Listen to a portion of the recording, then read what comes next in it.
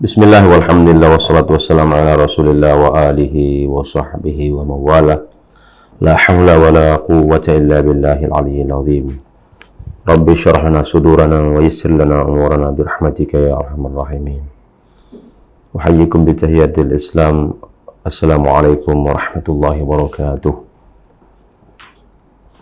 Pemirsa yang dirahmati Allah Subhanahu wa taala, pada kesempatan ini kita akan membahas fungsi halaqah dalam proses pengkaderan di lembaga perjuangan ini. Mengawali peradaban ini memang mendisiplinkan umat ini sholat jamaah di masjid. Nah, barulah kemudian muncul fungsi lain dalam rangka menguatkan sendi-sendi peradaban. Misalnya, hampir semua jamaah masjid Nabawi awal kebangkitan Islam itu mereka berhalaqah. Itu ada pembinaan kayak semacam halaqah gitu ya. Di halaqah itulah ada pembinaannya ruhiyah, ada pembinaannya rupiah juga. Nah, ruhiyah dan rupiah. Rupiah dan ruhiyah ini memang harus sejalan, Pak, harus seimbang dia. Ibarat pesawat ini kan dua sayap nih, kalau sayapnya satu ya bagaimana bisa terbang?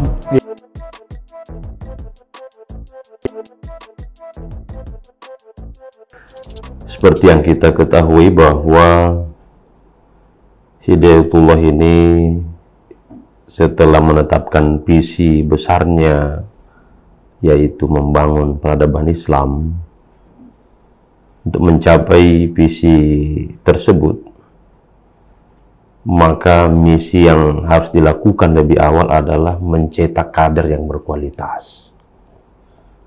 Proses pengkaderan secara formal itu adalah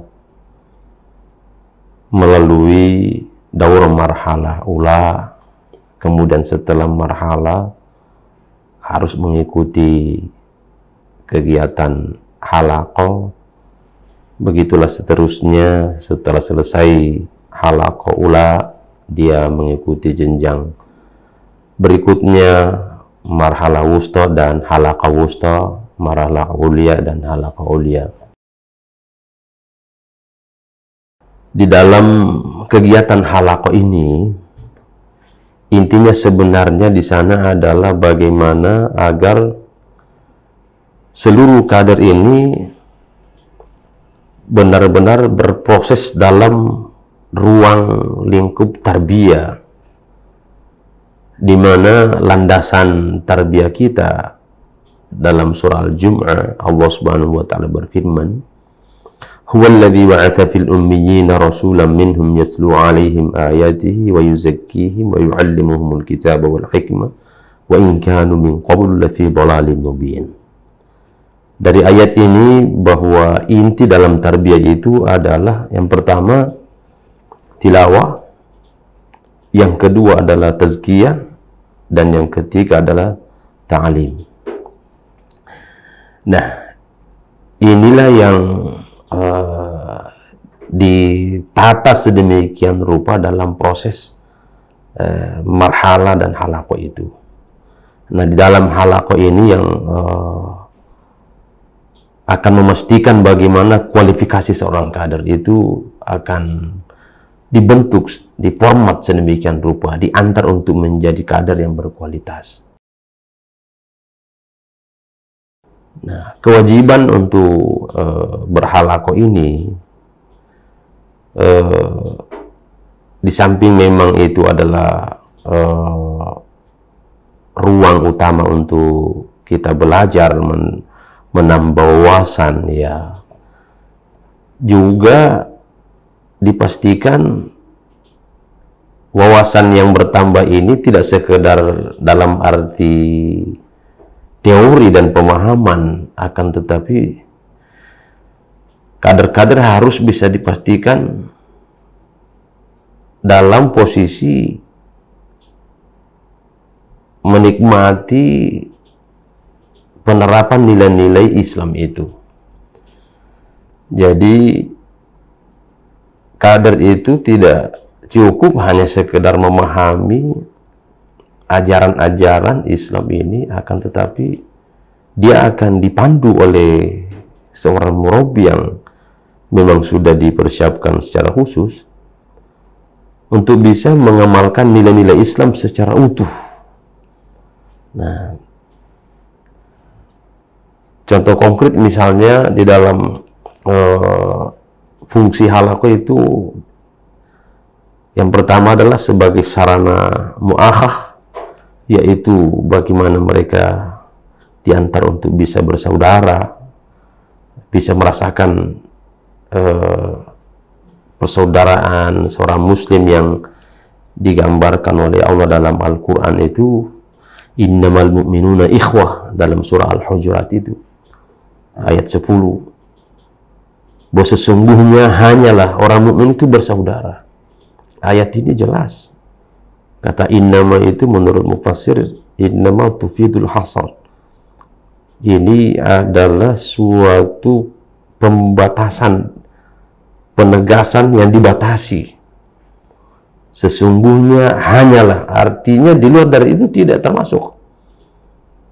Innamal mu'minuna ikhwah.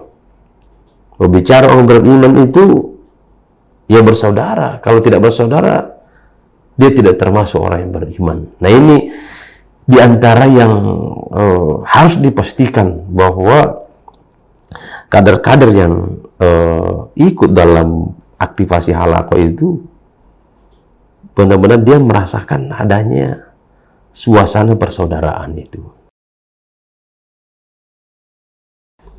Mengapa ini menjadi hal yang sangat ditekankan, ya?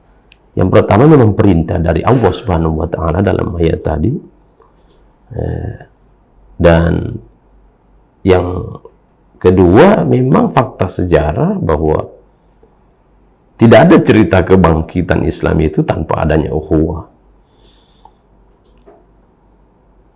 Pekerjaan-pekerjaan dalam Islam ini sangat banyak dan berat. Tidak mungkin bisa diangkat tanpa kekuatan jamaah, tanpa adanya soliditas jamaah, ya, ukhuwah. Makanya kalau kita lihat perjalanan Rasulullah SAW bersama para sahabatnya itu, Fathu Mekkah itu terjadi setelah Rasulullah SAW berhasil mempersaudarakan antara Muhajir dan Ansar. Jadi kita harus bisa menikmati persaudaraan itu, ya, untuk memastikan bahwa kita ini adalah sebagai seorang mukmin mujahid, sebagai kader, ya, bahwa tidak hanya dituntut untuk sekedar cerdas secara wawasan keilmuan, ya, menguasai banyak teori, tapi bagaimana secara aplikasi dari nilai-nilai Islam ini, terutama dari nilai-nilai ukhuwah, persaudaraan itu bisa kita rasakan, ya. Nah, inilah mungkin diantara yang harus menjadi perhatian kita bersama, bahwa kita berhalaqah itu bukan sekedar belajar dan menambah wawasan secara teori, ya, tapi kita diharapkan bisa betul-betul bisa merasakan suasana kehidupan sebagaimana yang dinikmati dan dirasakan oleh Nabi Muhammad SAW dan para sahabatnya. Bagaimana indahnya mereka dalam berukhuwah itu. Ya, sebenarnya kalau kita mau